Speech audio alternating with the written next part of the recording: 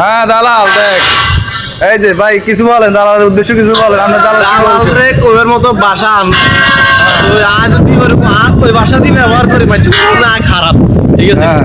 ওই খানগির পোলা আমারে কইছে যে কি ওই কাঁচা দোকান সবজি দোকানে দিবে বুঝছিস নি? মাসে অন্তত কম রাইতে 70-80 হাজার টাকা। হ্যাঁ তো শালার ভূতে এখন আমার এই সাইন কি লিখছে দেখলেন তো, এই যে এই টুলার জিন্দি এই যে গাইস দেখেন, দালালে বলছে এরে 70-80 হাজার টাকা মাসে আইবো, এখন মাসে 32,000 টাকা, কিন্তু টানে লোয়া, কষ্ট হয়ে যায় টানে লোয়া।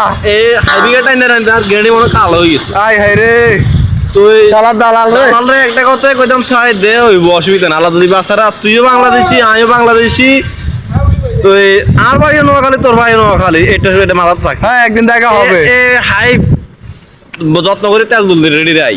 আচ্ছা আচ্ছা আচ্ছা, ওকে। দেখছেন গাইস, দেখেন দালালরা কেমন বলে, একটা আইনা দেয় রডটা না। এখন রাইতের বাজার 4টা, আমাদেরকে এখন কোম্পানি 5টা রাইতে আছে। আমগরে কইছে কোনায় দিব, এক একজন এক একটা অজুহাত দেখায়, এখন আনি দিছে কোনায় রডটা না।